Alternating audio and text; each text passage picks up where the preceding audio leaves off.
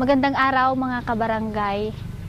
Narito na naman po tayo para sa ating pamahiin. Ang pamahiin ay isang walang basehang paniniwala hinggil sa mga bagay-bagay na wala namang relasyon sa isa't isa.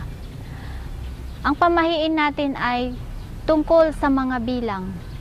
Ang bilang na 13 ay parehong swerte at malas.